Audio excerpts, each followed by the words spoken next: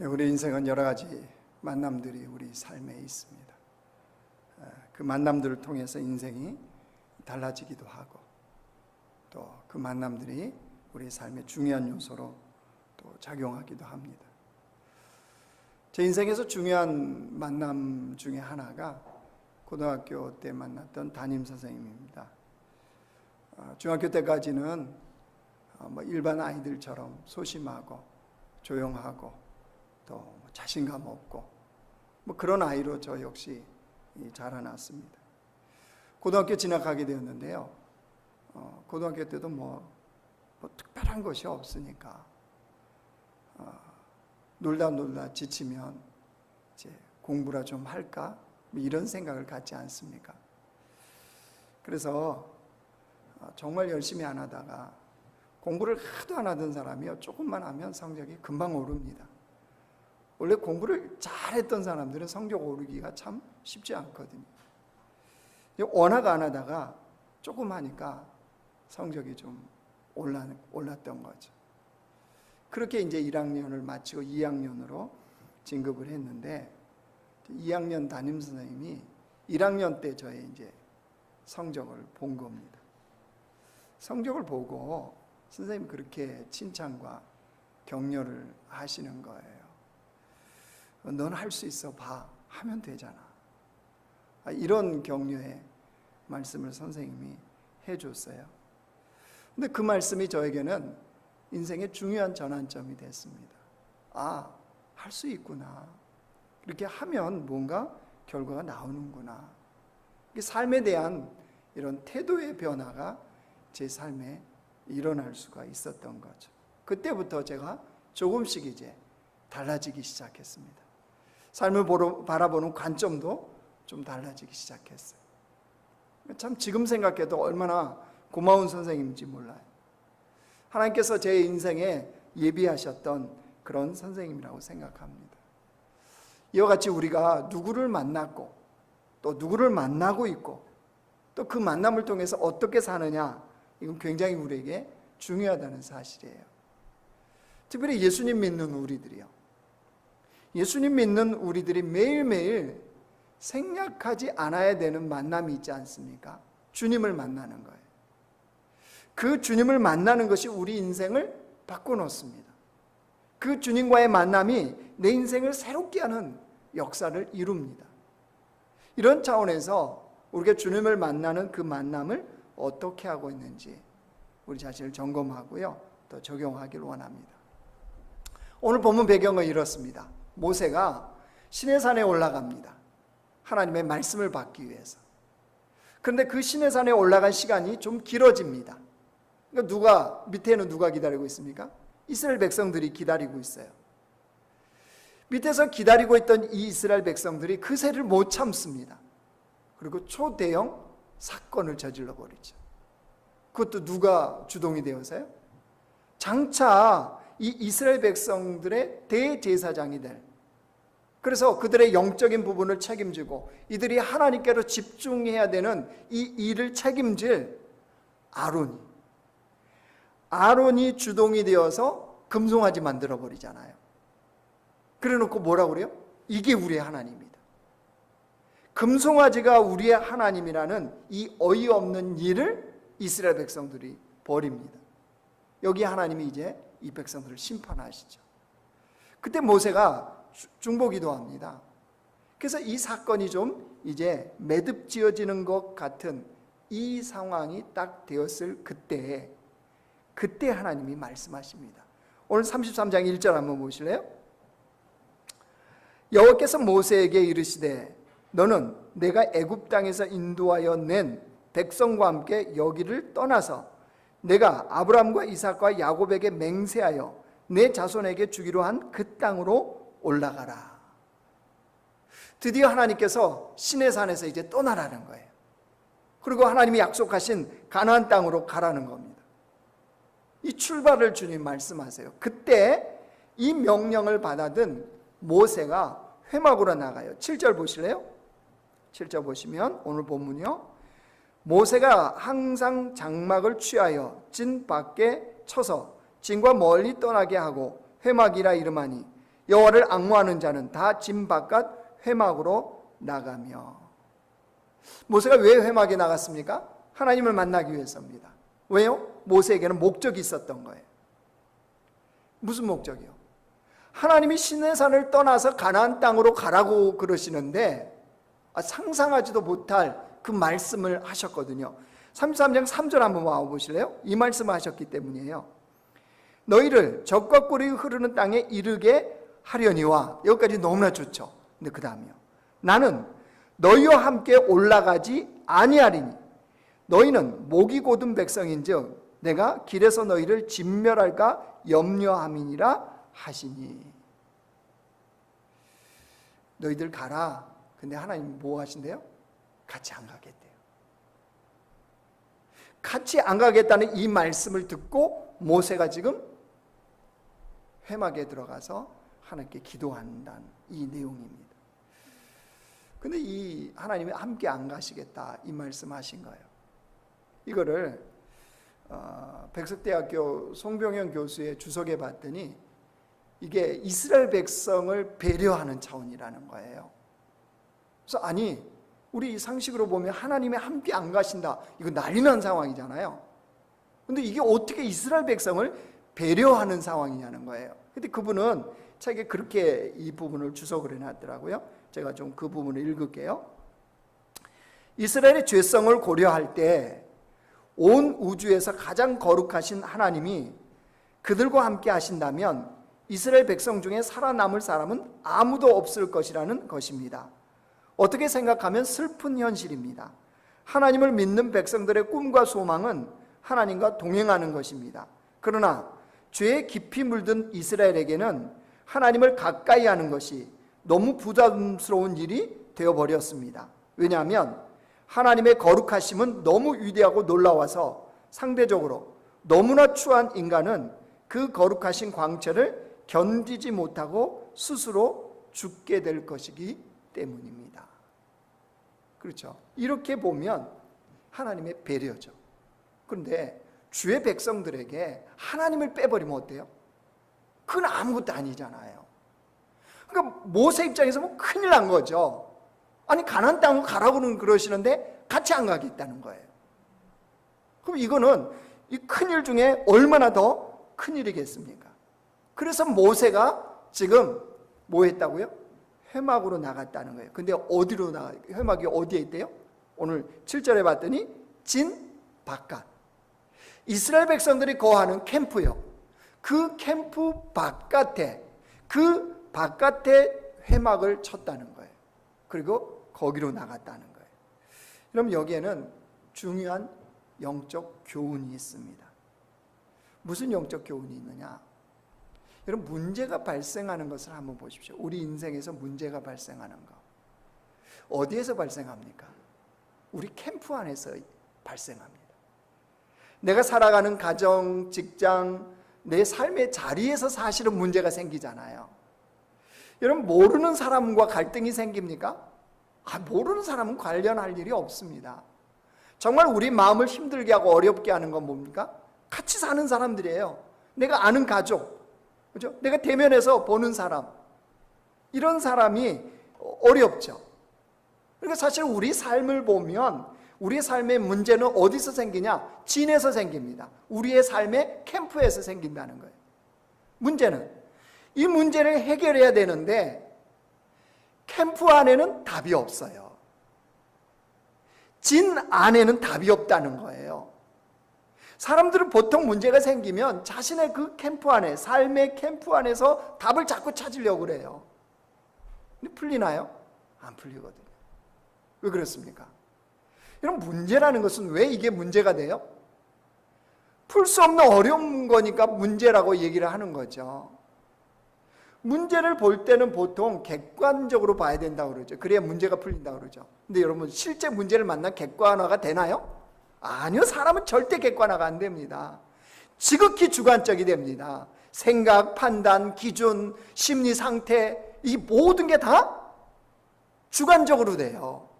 그러니까 풀어갈 실마리가 전혀 안 보이는 거예요. 그래서 캠프 안에 이 진 안에서는 답을 찾을 수가 없다고 그러는 거예요. 그래서 그 진 안에서 생긴 이 금송아지 사건이요, 진 안에서 생겼잖아요. 이 금송아지 사건, 그것 때문에 하나님이 가시지 않겠다고 하는 이 사건이요, 이거를 해결하기 위해서 모세가 어디로요? 진 바깥으로 나갔다. 진 바깥 회막으로 나간 거예요. 왜요? 거기 나가면 어떤 일이 벌어집니까? 진 바깥 회막에는 위대하고 거룩하신 하나님을 만날 수가 있어요. 진 바깥 회막에는 하나님께로만 집중하는 기도의 자리가 됩니다. 거기 가면 안다는 거예요. 뭐를요? 문제보다도 더 소중한 하나님을 붙들어야 된다는 사실을. 그래서 진 바깥 회막은 은혜 공간이라고 그러는 거예요. 문제를 잔뜩 안고 마음의 고통과 괴로움을 안고 가지만 그 고통과 괴로움과 문제보다 더 크신 그 하나님을 만나는 은혜 공간이 어디냐? 진 바깥 회막인 거예요. 여러분, 야곱을 생각해 보시면 알아요. 야곱. 자, 야곱이 고향 땅을 떠나죠. 아버지 어머니를 떠납니다. 형을 속이고 아버지를 속인 것 때문에 20년 전에 고향을 떠나잖아요. 드디어 20년이라는 시간이 흘렀어요. 자기도 고향으로 돌아가고 싶었고 하나님도 돌아가래요. 그래서 가족들을 챙겨서 이제 고향으로 돌아가는데 딱 걸리는 게 있죠. 누구예요? 형 예서예요. 형 예서. 20년 전에도 떠날 때 형 예서가 죽이겠다는 이 말 때문에 도망을 친 거거든요. 근데 그 형이 시퍼렇게 살아있어요. 지금 만약에 자기가 돌아간다 그러면 형의 그 마음의 한이 풀어졌다, 아니 그런 거 없어요. 분명히 형이 자기를 죽이려고 할 텐데 20년 동안이나 한을 품었을 텐데 돌아가겠다는 이 발걸음이 너무 어려운 거예요. 그래서 이 어려운 문제를 야곱이 해결하려고 어떻게 해요? 진 안에서 해결을 하려고 그러죠. 그렇게 잔머리를 굴리죠. 어떤 잔머리가 나옵니까? 형의 마음을 혹시 살 수 있을까? 그래서 선물을 보내요. 그죠? 자기들의 진 앞서서 선물을 보내죠. 그것도 잘 안 통하는 것 같아요. 그러니까 이제 어떻게 합니까? 자기 진을 1진, 2진, 3진으로 나눠요. 그래서 혹시라도 형이 1진을 치면 그거 보고 있다가 자기는 이제 안 되면 냅다 도망치자. 자기 나름대로 다 이렇게 계획을 세워요. 아니 그럼 평안해야 되잖아요. 그리고 형 만나면 되잖아요. 야곱이 어떻게 해요? 못 만나요. 이건 무슨 말입니까? 해결이 안 된다는 거예요. 도대체가 자기의 계획을 세워도 문제에 이게 해결이 안 되니까 야곱이 드디어 진 바깥으로 나갑니다. 그게 어디예요? 야곱에게는 야복강이에요. 야복강에서 거기서 하나님과 씨름하는 야곱의 회막, 야곱의 회막으로 야곱의 해막으로 야곱이 나가는 그 일을 벌이잖아요. 그렇죠? 야곱이 드디어 캠프 밖으로 나가는 거예요. 마음의 캠프 밖. 자, 이 사건의 결과가 어떻게 되는지 우리 한번 볼까요? 이 영적인 원리가 똑같습니다. 33장 봐보세요. 자, 거기 말씀 잠깐 고정해 보세요. 야곱이 눈을 들어보니, 지금 하나님과 씨름하고 난 다음에요. 그 다음 날이란 말이에요. 야곱이 눈을 들어보니 에서가 400명의 장정을 거느리고 오는지라. 아니 넘기지 마시라고요. 말씀 다시 방송실 거기 잠깐 내가 넘기세요. 그럼 넘겨요. 자, 보세요. 씨름을 해서 진 바깥에서 주님을 대면해서 이렇게 했으면 우리가 원하는 건 뭐예요? 에서가 홀로 걸어오더라. 아니면 에서가 손발이 다 부러진 상태로 목발을 짚고 오더라. 아니면 하늘에서 번개가 쳐서 400명의 장정이 다 죽었더라. 우리는 이거 원하지 않습니까? 이거 생각하잖아요. 그러면서 기도하고 신앙생활하고. 근데 여러분 보십시오. 진 바깥 회막에 나갔어요. 기도했어요. 주님과 씨름했어요. 그런데 야곱의 이름도 바꿔요. 이스라엘이라. 그런데 상황은 어떻습니까? 동일하죠. 환경 안 변했어요. 그죠? 그러니까 아무리 주님 앞에 기도해도 코로나는 더 창고라고. 그죠? 이런 세상에 상상이나 했습니까? 예배를 모여서 못 드린다. 아니 6.25 전쟁 때도요, 우리 신앙의 선배들은 목숨 걸고 피난 안 갔어요. 예배당 지키고 예배 지킨다고. 근데 이거는 무슨 바이러스에 의해서 이런 진짜 어떻게 표현도 못 하겠네요. 변화되지 않나. 그죠? 그렇다고 우리가 기도 안 합니까? 한국교회가 얼마나 코로나19를 위해서 기도하는데, 치료약을 위해서, 백신을 위해서, 코로나가 사라지기 위해서. 상황은 점점 심해지고 있네요. 자, 그 다음 보세요. 그런데 보세요. 그런데 이제 계속 제가 읽을 테니까 띄워주세요. 그들 자식을 나누어 레어 라헬과 두 여종에게 맡기고, 여종들과 그의 자식들은 앞에 두고, 레어와 그의 자식들은 다음에 두고, 라헬과 요셉은 뒤에 두고, 그 다음부터 보세요. 자기는 그들 앞에 나가되, 그 다음이요, 몸을 7번 땅에 굽히며 그의 형 에서에게 가까이 가니 에서가 달려와서 그를 맞이하여 안고 목을 어루만추어 그와 입 맞추고 서로 우니라. 여러분, 누가 달라졌다고요? 야곱 당사자. 야곱 당사자가 달라져 있어요. 환경은 다 그대로예요. 근데 진짜 주님 문제를 해결하시죠. 여러분, 400명 만약에 장정을 번개 치셔갖고 야곱의 기도를 들으시고 번개 치셔서 다 죽였다. 그리고 에서만 겨우 살아남아서 갔다, 고향 땅으로 다시. 그럼 에서가 가만히 있을까요? 아니요. 모르긴 몰라도 4,000명 자객 다시 모집해서 데리고 올 겁니다. 진짜 문제가 해결이 안 되는 거죠. 근데 오늘 본문을 보세요. 에서가 어때요? 야곱과 허깅을 하잖아요. 진정한 화해가 20년 만에 이루어지잖아요. 그죠? 예, 이게 바로 뭐라고요? 캠프 바깥, 진 바깥 회막에 나가면 하나님께서 진짜 문제를 해결하신단 말이에요. 우리가 생각하는 그 이상의, 우리의 생각을 뛰어넘어서 주님은 그 문제를 해결하십니다. 그래서 문제 해결은 진 캠프 안에서 이루어지는 게 아니에요. 문제 해결은 진 바깥 회막에 나가야 가능한 거예요. 코로나19 바이러스 상황, 오늘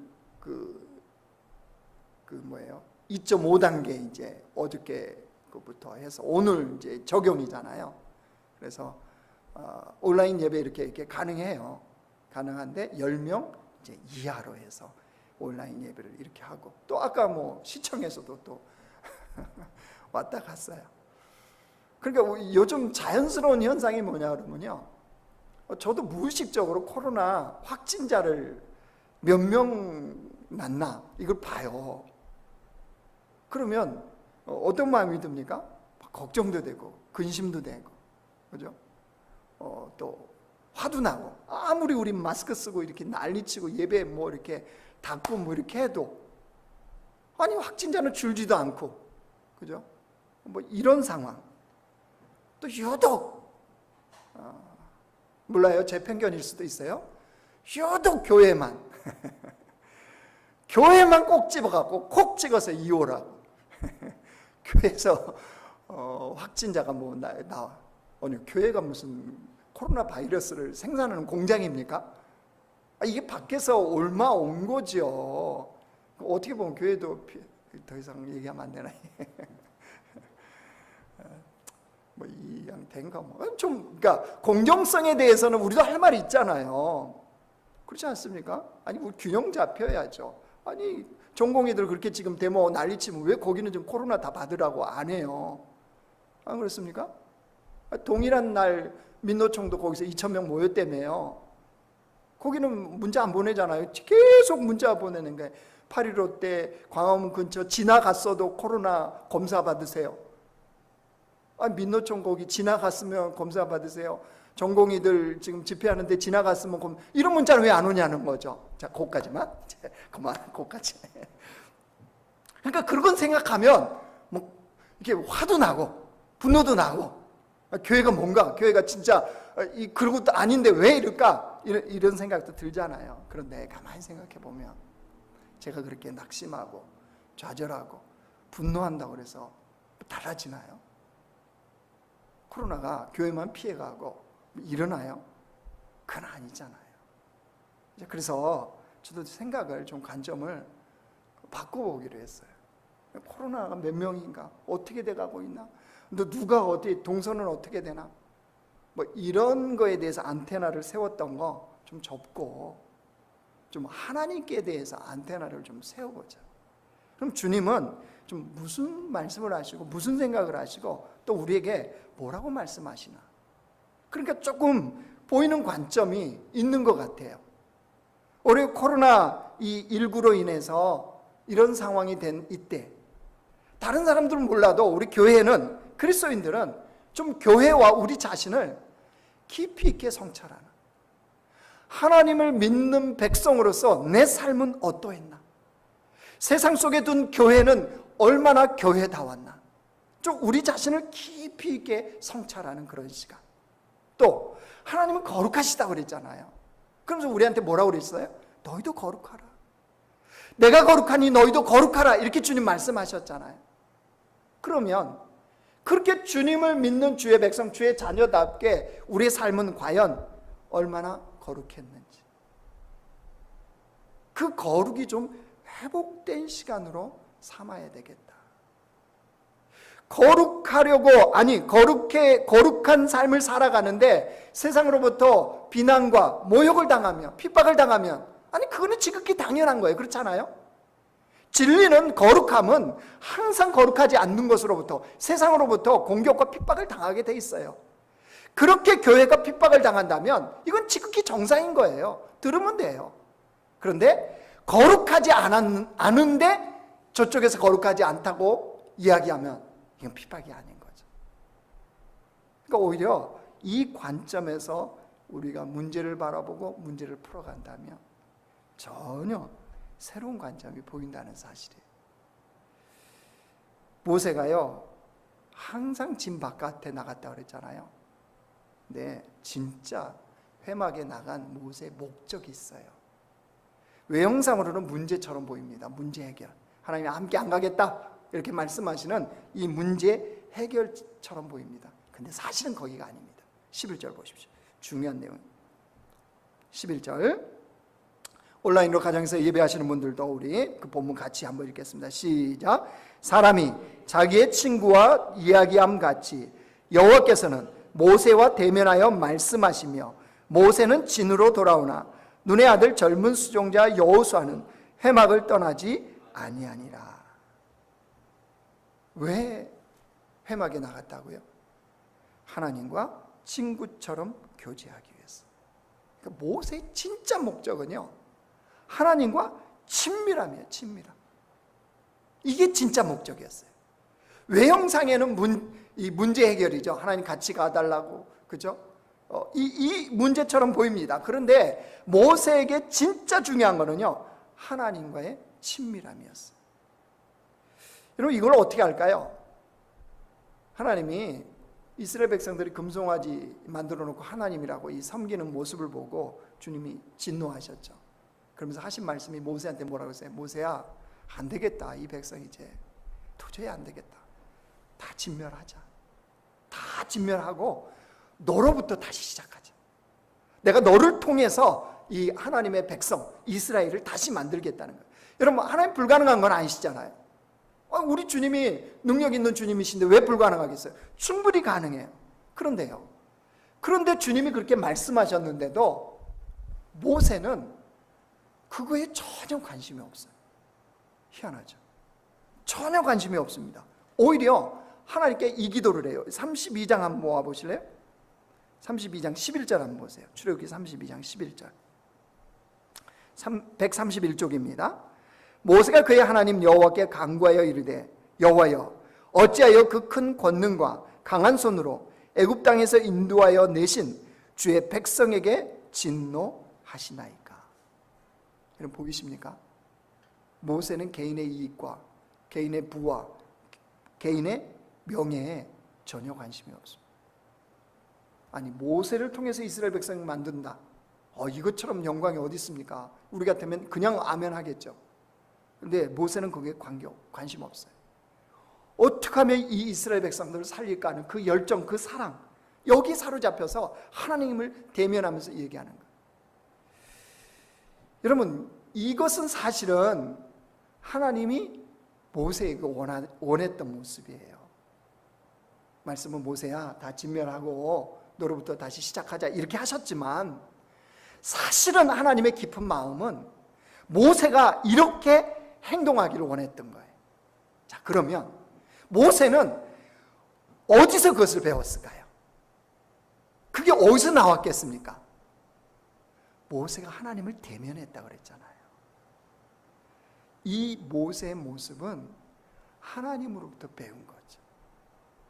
모세가 하나님을 대면함으로 인하여서 하나님을 닮아가는 그 모습이 나온 거예요. 그러니까 모세에게는 진짜 중요한 것은 모세에게의 삶의 목적은 오직 하나님이었어요. 모세의 꿈도, 모세의 비전도, 모세의 사명도 하나님이었어요. 가나안 땅 아니에요. 가나안 땅 아닙니다. 모세의 꿈과 비전과 목표와 인생의 사명은 가나안 땅이 아닙니다. 하나님이었습니다. 철저하게 하나님이었습니다. 하나님이 목적이 되었습니다. 그래서 그 주님과 친밀해지는 것, 이것이 모세에게 중요했어요. 하나님 같이 가느냐 안 가느냐도 중요하지 않았어요. 그 주님과 얼마만큼 친해지느냐, 이게 모세에게는 가장 중요한 삶의 요소였습니다. 그래서 모세가 뭐 했다고요? 짐 바깥 회막에 나가 하나님을 대면했던 거죠. 여러분, 그런 모세에게 나머지는요 다 괜찮았어요. 나머지는 다 괜찮아요.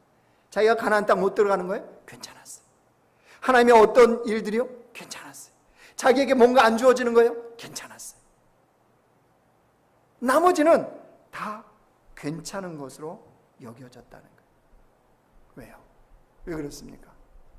모세에게는 문제 해결보다 하나님을 향한 열망이 훨씬 컸기 때문입니다. 이것이 바로 주를 믿는 주의 백성들의 모습입니다. 그러면 우리 하나님이 그래, 내가 너의 인생의 목표고 목적이고 비전이고 꿈이고 사명이니까 됐지? 이러고 마시는 하나님인가요? 아니요, 그렇지 않아요. 하나님은 우리의 연약함을 알아요. 우리의 필요를 알아요. 내게 뭐가 있어야 되는지 내가 구하지 않아도 주님은 아세요. 아시면서 그래 됐지, 나로 만족한다며. 그리고 주님이 그러시나요? 아니요, 그렇지 않아요. 여러분, 오늘 14절 한번 보실래요? 33장 14절 하나님이 어떻게 하시는지 보세요. 여호와께서 이르시되 내가 뭐 한다고요? 친히 가리라. 친히. 그냥 가리라고 말씀하시지도 않고 내가 친히 가리라 그러면서 보세요. 내가 너를 쉬게 하리라. 모세에게 하신 말씀이에요.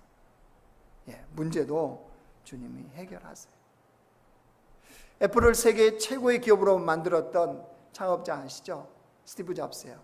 지금은 이 땅에 없지만 스티브 잡스가 애플을 그렇게 만들기까지 늘 추구하고 입에 달고 살았고 직원들에게도 늘 끊임없이 이야기했던 것이 있답니다. 그게 이거였대요. 끊임없이 갈망하라. 바보가 되어 끊임없이 배워라. 이게 스티브 잡스가 입에 달고 살아 자신의 삶을 추구하고 직원들에게 늘 했던 이야기예요. 끊임없이 갈망하라. 끊임없이 바보가 되어 배워라. 그래서 그 애플이 된 거예요. 여러분, 우리 안에는 어떤 갈망이냐는 거, 어떤 갈망. 코로나19의 이 상황에서 우리 안에는 어떤 갈망이 있습니까? 모세의 이 마음을 알았던 사도 바울이 그래서 고린도 교회를 향해서 이렇게 권면해요. 고린도전서 보이실래요? 자, 우리 같이 읽습니다. 시작. 우리가 지금은 거울로 보는 것 같이 희미하나 그때는 얼굴과 얼굴을 대하여 볼 것이요. 지금은 내가 부분적으로 아나 그때는 주께서 나를 아신 것 같이 내가 온전히 알리라. 하나님을 그때는 어떻게 한다고요? 뚜렷하게 보고 알게 되는 그날. 그날을 소망하라는 거예요. 자기도 그렇게 소망하며 산다는 거예요.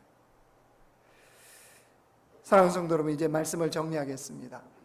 올해 우리가 표어를 기도, 거룩한 삶이라는 이 표어 아래 지금 우리는 신앙생활을 하고 있습니다. 여러분은 무엇을 지금 경험하고 살고 있습니까?